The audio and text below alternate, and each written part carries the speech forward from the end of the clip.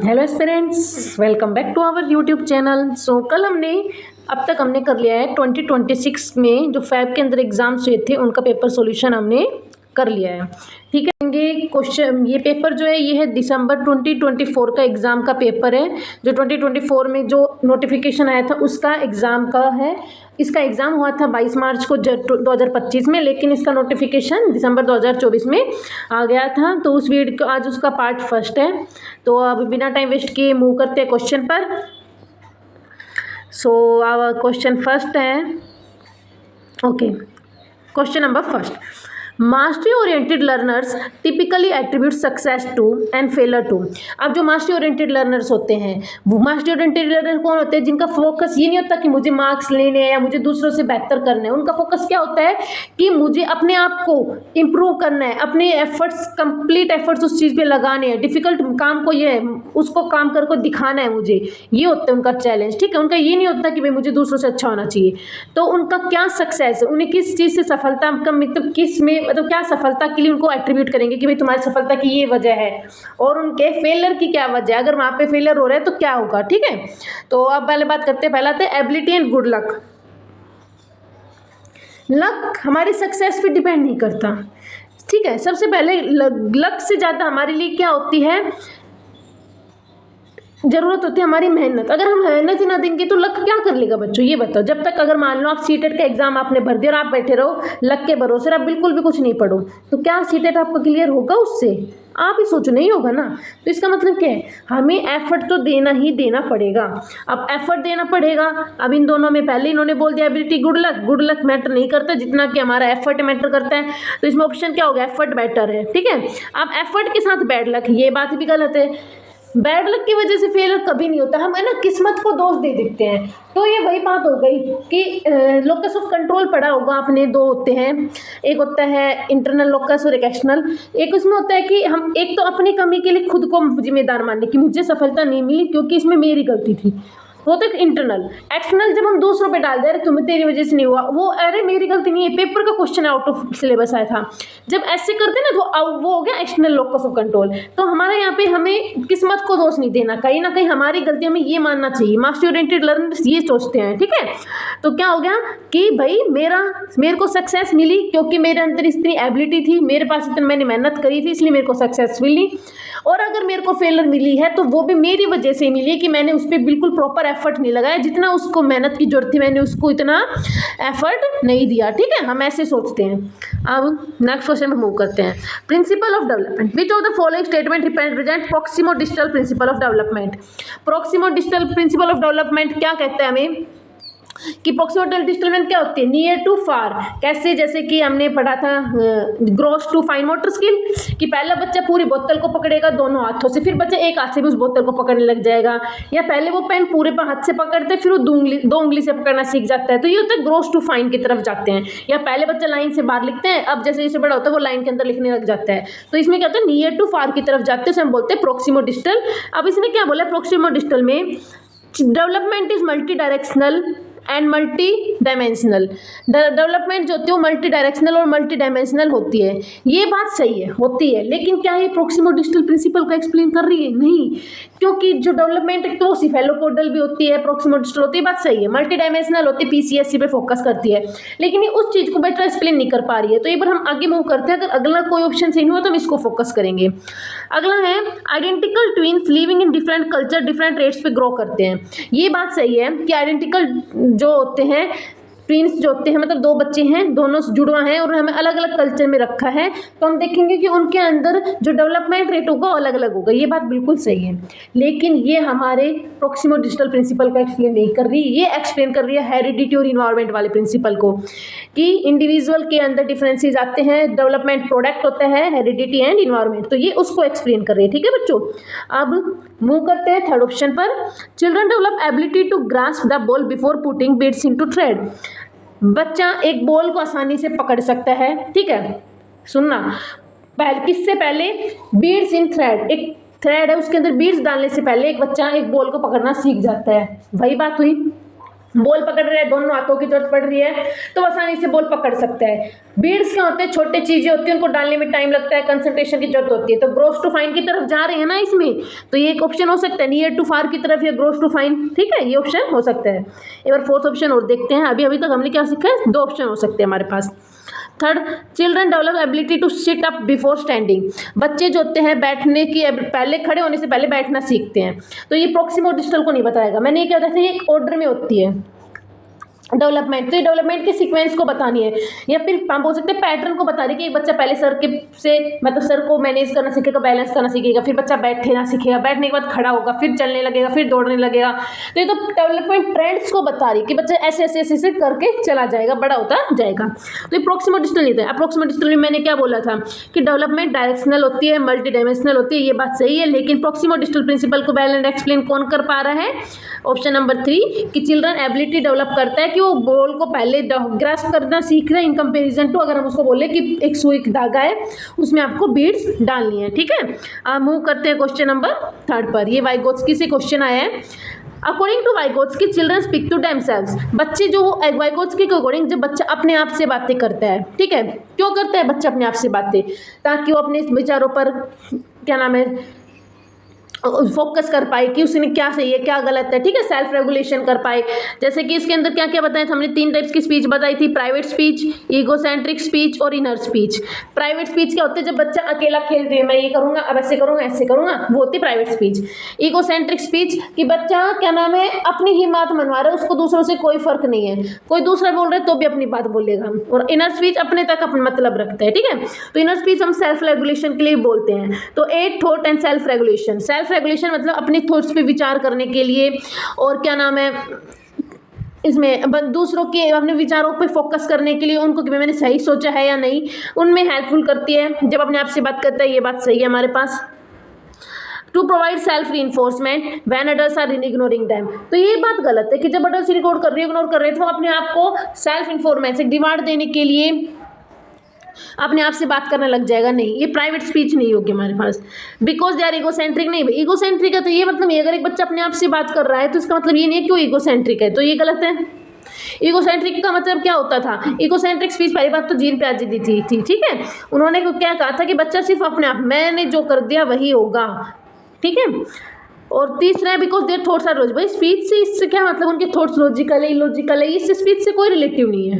बच्चा अपने आप से बात कर रहा है तो भाई उसका मतलब क्या हुआ कि उसको पता है कि वो क्या कर रहा है, क्या है उसके लिए सही, क्या उसके लिए गलत है। अगर उसने ये डिसीजन लिया तो क्या वो सही है या गलत है, उस पर रेगुलेट कर पा रहे हैं।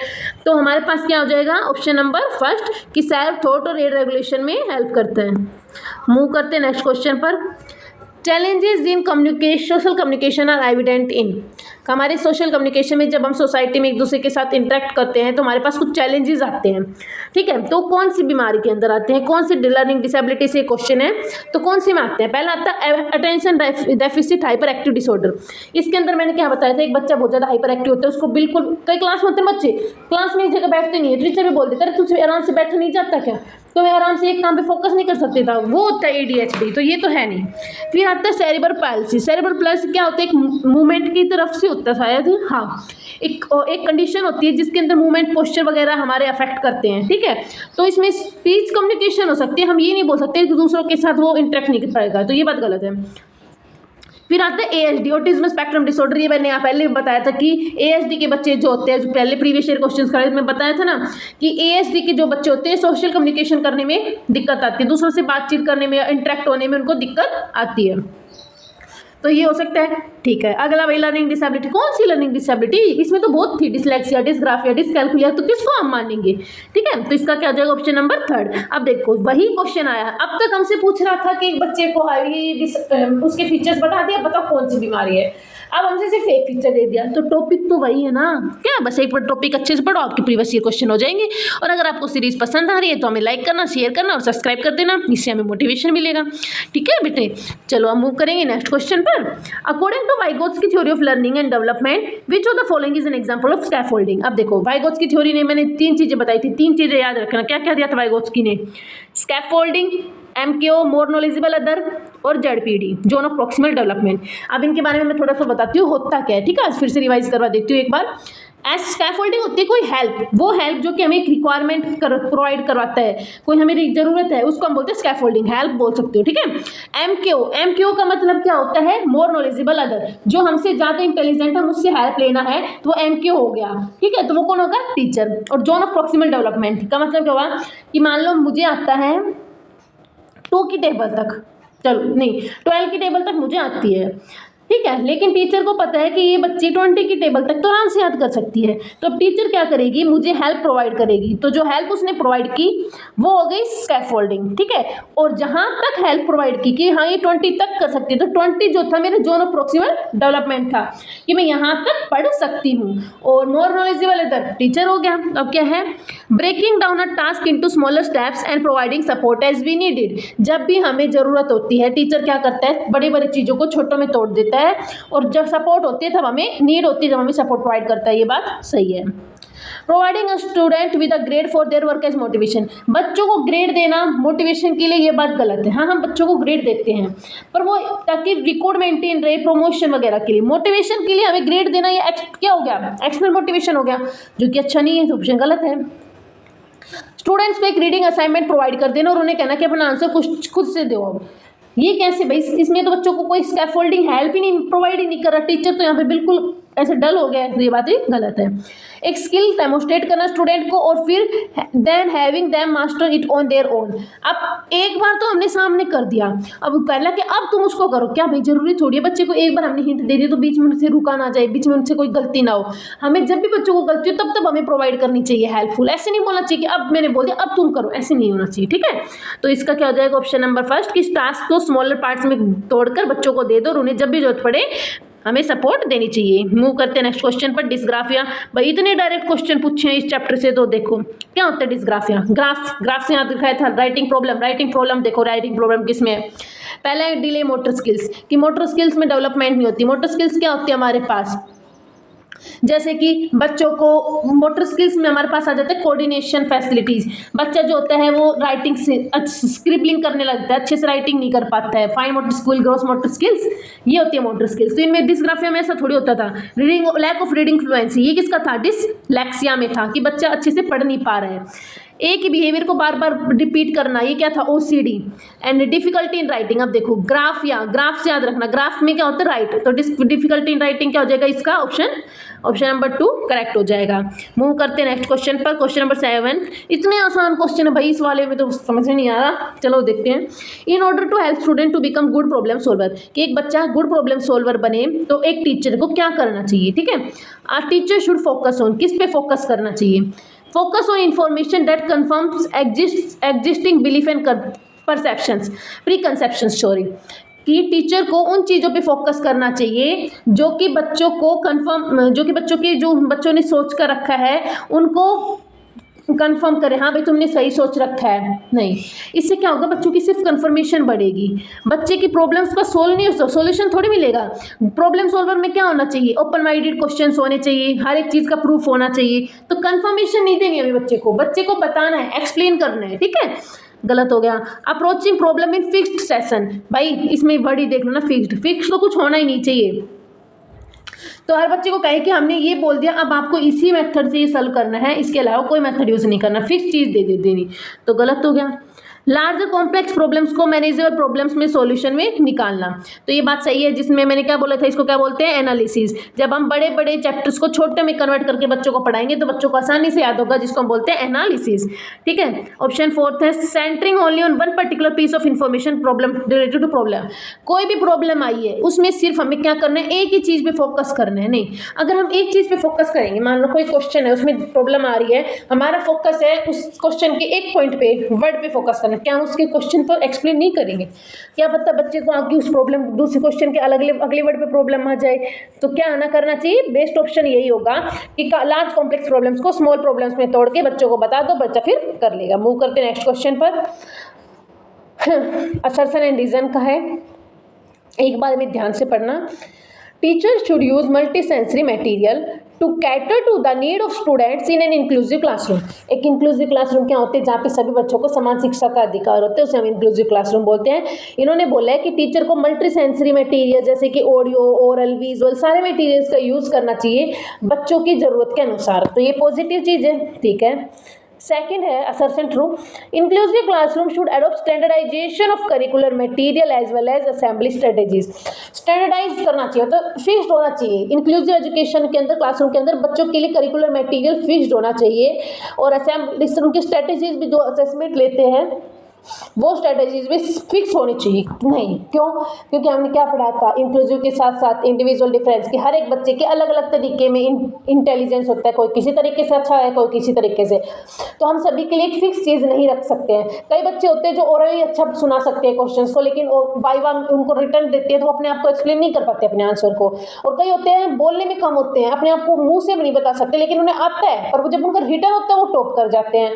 तो यही होता है कि असेसमेंट स्ट्रेटेजीज भी बच्चों के लिए अलग अलग होनी चाहिए, मटेरियल्स भी अलग अलग होने चाहिए उनकी जरूरत के अनुसार। तो स्टैंडर्डाइज नहीं होने चाहिए, तो आर रीजन गलत हो गया। रीजन गलत तो ऑप्शन क्या आ जाएगा, A is true, R is false. ठीक है, अगर कुछ समझ में नहीं आए, कोई इश्यू किसी क्वेश्चन को रिलेटेड कि भाई मैंने वो क्वेश्चन करवा दिया और वो क्वेश्चन गलत है, तो आप मुझसे कांटेक्ट कर सकते हैं हमारे टेलीग्राम चैनल पे या इंस्टाग्राम आईडी पे, दोनों का लिंक हमारे बायो में है।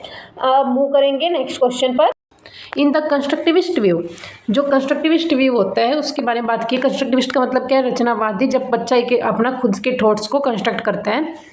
Individual are passively influenced by environmental events, environment में कुछ भी उनके सराउंडिंग में उनसे पैसिवली इन्फ्लुएंस्ड होते हैं। पहली बात क्या गलत है, पैसिवली, एक्टिवली होना चाहिए। इंडिविजुअल एक्टिवली इन्फ्लुएंस्ड होता है, ना कि पैसिवली इन्फ्लुएंस्ड होना चाहिए, ये हमारे लिए गलत है। कंस्ट्रक्टिविस्ट व्यू में हमेशा बच्चे को एक्टिव माना जाता है, ना कि पैसिव। ठीक है, इंडिविजुअल और कंडीशन टू लर्न बिहेवियर्स, मतलब इंडिविजुअल्स को हम कंडीशन दे देते हैं तो उसके अकॉर्डिंग वो इंडिविजुअल वो बिहेवियर्स को सीखता है। तो भाई हम कैसे कह सकते हैं, क्या एक इंडिविजुअल तभी बिहेवियर सीखेगा तब उसके सामने कुछ कंडीशन आएगी। मान लो अगर, चलो यही बात है, हम देखते हैं कि आप मान लो कहीं पे जा रहे हो, ठीक है, आप उस वहाँ पे जहाँ पे घूमने जा रहे हो उसकी इन्फॉर्मेशन कब देखोगे, पहले देखोगे या वहाँ पे पहुँचने के बाद अच्छा अब मैं देखूंगा क्या क्या यहाँ पे घूमने की जगह, पहले देखोगे ना। तो हम वेट नहीं कर सकते ना कि जब मैं वहाँ पे पहुँच जाऊँगा तब मैं सर्च करूँगा, एक एग्जाम्पल के तौर पे बता रही हूँ। ठीक है, तो मतलब क्या है कि हम वेट नहीं कर सकते थे कि हमारे पास कोई रिएक्शन आए तभी हम उस चीज़ का रिस्पॉन्स देते, ये बात गलत है। Learning is extended in transforming the current understanding, कि अब हमें जो पता है उसको एक्सटेंड करना, उसको चेंज करना जहाँ पे गलत है उसे हम लर्निंग बोलते हैं। ये बात सही है कि ये बात मैंने भी आपको कितनी बार बताई है कि लर्निंग क्या होता है, एक इनोवेशन होती है कि हर चीज़ के साथ बदलाव लाना, अकोमोडेशन और एसिमुलेशन, कि उसको ऐड भी करना है, उसके अंदर चेंज भी करना है, लेकिन प्रीवियस नॉलेज के रहते रहते। तो ये ऑप्शन सही है। एक बार लास्ट ऑप्शन और कर लेते हैं। Learning simply writing association on blank slate of our brains, learning का सीधा मतलब होता है कि हमारा दिमाग है जो कि खाली स्लेट की तरह है और हमें उसमें लिख देना है। ये बात गलत है। नोम चॉम्स्की ने कहा था कि एक बच्चे का दिमाग खाली स्लेट नहीं होता, उसके अंदर से खुद पहले से नॉलेज हो सकते हैं। तो ऐसा नहीं बोल सकते कि ब्लैंक स्लेट है। तो ये ब्लैंक स्लेट नेगेटिव वर्ड है, तो हमारी ऑप्शन गलत हो गया। तो करेक्ट ऑप्शन हो गया 9th का ऑप्शन नंबर 3rd। अब मूव करते हैं नेक्स्ट क्वेश्चन पर, क्वेश्चन नंबर 10th।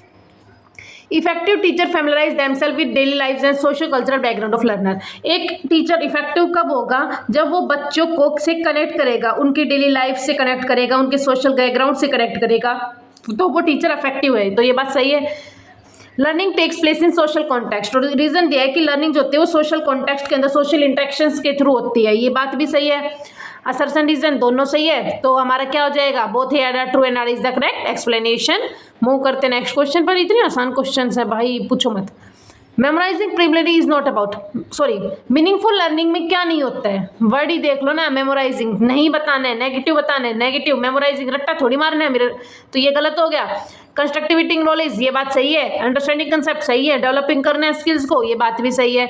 बस हमें किसी भी लर्निंग को रट्टा नहीं मारना, मेमोराइज नहीं करना, रोट लर्निंग नहीं करनी। तो हमारा ऑप्शन गलत कौन हो जाएगा, मेमोराइजिंग इन्फॉर्मेशन। नेक्स्ट क्वेश्चन पे मूव करते हैं पर क्वेश्चन नंबर 12। इसमें आता है असर्शन टाइप है, teacher should encourage boys for class two participate in sports and assigning art decoration to girls. कि एक टीचर क्या कर रही है, एक लड़का है और एक लड़की है, लड़कों को बोल रही है कि तुम गेम्स में पार्टिसिपेट करो, लड़कियों को बोल रही है कि आप तुम्हारा आर्ट का काम करो। टीचर ये गलत कर रही है, क्यों भी लड़कियां क्यों नहीं आर्ट का काम कर सकती? तो हमारा क्या ये असर्शन गलत है। क्यों? क्योंकि टीचर जो होती है वो जेंडर स्टीरियोटाइपिंग कर रही है। जेंडर स्टीरियोटाइपिंग क्या बताया था मैंने, रूढ़िबद्ध सोच रख रही है कि लड़कियां खेल नहीं सकती, लड़के और डांट का काम नहीं करेंगे, लड़कों का काम है भाई खेलना कूदना, वो खेलेंगे। तो ये असर्शन गलत हो गया, ये बात गलत है हमारी। ठीक है, दूसरा आता है हमारे पास रीजन कि children acquire gender roles base of underlying biological differences. कि हमें बच्चों के अंदर जो जेंडर के रोल्स आते हैं ना, कि भाई उन्हें क्या करना है, जैसे कि लड़के रोते नहीं है, लड़कियों का काम घर पे खाना बनाना है, लड़कों का काम बाहर जाके जॉब करना है, ये सब कुछ बायोलॉजिकल डिफरेंस की वजह से आया। नहीं, बायोलॉजिकल नहीं है भाई, भगवान ने थोड़ी कहा था तुम ये करना, भगवान ने बस लड़का लड़की बनाई थी। ये डिफरेंसेस किसने बताया? हमारी फैमिलीज ने, सोसाइटी ने, कल्चर ने, मीडिया ने, इन सब के थ्रू ये फैलता गया है। तो हमारा क्या है, ये बात भी गलत है, दोनों गलत है, असर्शन रीजन दोनों फॉल्स है। तो क्या जाएगा, both A and R false, option number second. ठीक है, अब मूव करते हैं नेक्स्ट क्वेश्चन पर, क्वेश्चन नंबर 13। इससे आसान क्वेश्चन तो कुछ नहीं होगा भाई, सच में रियलिटी में ये सबसे आसान क्वेश्चन। अगर ये आप लोगों का गलत है ना तो बस। काइनेस्थेटिक लर्नर्स क्या होते हैं? काइनेस्थेटिक लर्नर बॉडी काइनेस्थिक, जो कि खेलना कूदना पसंद करते हैं, वो होते हैं काइनेस्थेटिक लर्नर्स। तो इसमें क्या आ जाएगा, doing and moving, learning by doing जो करते हैं उन्हें काइनेस्थेटिक बोलते हैं। तो बस सीधा आ गया, kinesthetic doing, learning by doing. अब किसी और को हमें देखना ही नहीं है, तो एक बार बता देते चलो फिर भी। सीइंग का मतलब क्या होता है, विजुअल वालों के लिए अच्छा होता है ये। ठीक है, टच कौन कर सकता है? टच चीज होता है, ये थोड़ा कंफ्यूजिंग ऑप्शन है, लेकिन टच डूइंग और मूविंग, काइनेस्थेटिक हमारा डूइंग और मूविंग है। ठीक है, और चौथा हमारे पास ऑप्शन है लिसनिंग। तो लिसनिंग ऑडिटरी में चला जाता है, टच सेंसरी में चला गया, और लिसनिंग ऑडिटरी में पूछा इसने काइनेस्थेटिक था तो लर्निंग बाय डूइंग आ गया। ठीक है, ओके। अब मूव करते हैं नेक्स्ट क्वेश्चन पर, क्वेश्चन नंबर 14, फिर से इंटेलिजेंस का क्वेश्चन है। हॉवर्ड गार्डनर एक साइंटिस्ट थे, मल्टीपल इंटेलिजेंस थ्योरी दी थी उन्होंने, बोला कि साइंटिस्ट के अंदर कौन सा टाइप ऑफ इंटेलिजेंस होता है, स्कल्पचर के अंदर कौन सा होता है। तो देखो भाई, अब ये थोड़ा क्वेश्चन कंफ्यूजिंग है, चलो बताती हूँ क्यों। जैसे कि जब मैंने इसका क्वेश्चन करा तो मेरे अकॉर्डिंग ये कि स्कल्पचर्स क्या करते हैं, उनके पास एक कला होती है, ठीक है, और कला किनके पास होती है, स्पेशल वालों के पास। तो मेरे दिमाग में ये था कि स्कल्पचर जो होता है वो स्पेशल के ही तरफ जाएगा, तो ये इस दोनों में ऑप्शन से मैंने सोचा था। लेकिन अब तुम ये देखो कि स्कल्पचर तो स्पेशल में जा रहा है, ठीक है, लेकिन भाई तुम ये तो देखो, साइंटिस्ट, क्या साइंटिस्ट नेचुरलिस्टिक होता है? नहीं, वो तो बॉटनिस्ट, जूलॉजिस्ट, जो नेचर की तरफ जाते हैं वो होते हैं। ट्रांसडक्टिव भी नहीं होता साइंटिस्ट। तो भैया हम कैसे कह सकते हैं कि वो ट्रांसडक्टिव है और क्या नाम है, स्पेशल है? पहली बात तो ट्रांसडक्टिव तो कोई इंटेलिजेंस था ही नहीं, ट्रांसडक्टिव तो एक रीजनिंग थी जिसके अंदर बच्चा दो इनलॉजिकल इवेंट्स को कनेक्ट कर देता है। वो जीन पियाजे ने बोला था, इन्होंने तो कुछ बताया नहीं था, तो ये ऑप्शन वैसे गलत हो गया। नेचुरलिस्टिक का मतलब होता है कि नेचर से जब लगाव रखता है, साइंटिस्ट जरूर थोड़ी नेचर वाला ही हो। तो देखो अब ये दोनों ऑप्शन गलत हो गए। अब ये दोनों ऑप्शन गलत हो गए तो मतलब मैम हमें कुछ और तरीके से सोचना पड़ेगा। अब हमने दूसरा दिमाग लगाया, क्या लगाया कि भाई स्कल्पचर हाथों से काम कर रहा है, लर्निंग बाय डूइंग हो रही है, वो हाथों से बना रहा है कुछ मूर्तियां, दिमाग में माइंड का फोकस हो रहा है, कोऑर्डिनेशन बन रहा है उसके हाथों का, माइंड का, आइज का, तो वो क्या हो रहा है, लर्निंग बाय डूइंग। तो learning by doing bodily kinesthetic. अब मैम ये दोनों ऑप्शन भी सही है, तो मैम इनमें से कौन सा आएगा? तो कौन सा आएगा बच्चों? अब अगला पढ़ो। फिर से साइंटिस्ट ने कंफ्यूज कर दिया। साइंटिस्ट ने क्या बोला कि साइंटिस्ट का मतलब क्या होता है? क्या साइंटिस्ट स्पेशल होते हैं? नहीं, साइंटिस्ट कैसे स्पेशल हो सकता है? क्या वो, उसके अंदर कोई आर्ट थोड़ी है, वो तो उसका लॉजिक है, ठीक है, वो उसके दिमाग से है। जब वो बच्चा आउट ऑफ साइट सोचता है तो ये लॉजिकल हो गया ना। तो साइंटिस्ट ऐसे थोड़ी कोई बन जाएगा। तो हमारा इसका ऑप्शन आएगा आंसर नंबर 3 कि लॉजिकल मैथमेटिकल होना चाहिए और बॉडीली काइनेस्थेटिक होना चाहिए। अब मूव करते हैं नेक्स्ट क्वेश्चन पर। थोड़ा ना इन ऑप्शंस को थोड़ा घुमा के सोचा करो, ठीक है। Last question of the day, inclusive education को कैसे हम प्रमोट कर सकते हैं? करिकुलम फ्लेक्सिबल होना चाहिए, बात सही है। कोऑपरेटिव लर्निंग होनी चाहिए, सही है। बिल्डिंग्स की एक्सेसिबिलिटी होनी चाहिए, सही है। सेग्रीगेशन और लेबलिंग नहीं, हमें बच्चों को बांटना नहीं है, उन्हें लेबल नहीं करना, ये बात हमारे पास क्या हो गई, गलत हो गई, ठीक है। तो 3rd गलत है, 3rd इसमें है, ये गलत, 3rd इसमें है, ये गलत, 3rd इसमें है, ये गलत। तो आंसर क्या हो जाएगा सही हमारा 4th। इसी के साथ आज का हमारा टॉपिक खत्म होते हैं। ये 15 क्वेश्चंस, कल इसके पार्ट 2 के साथ आएंगे।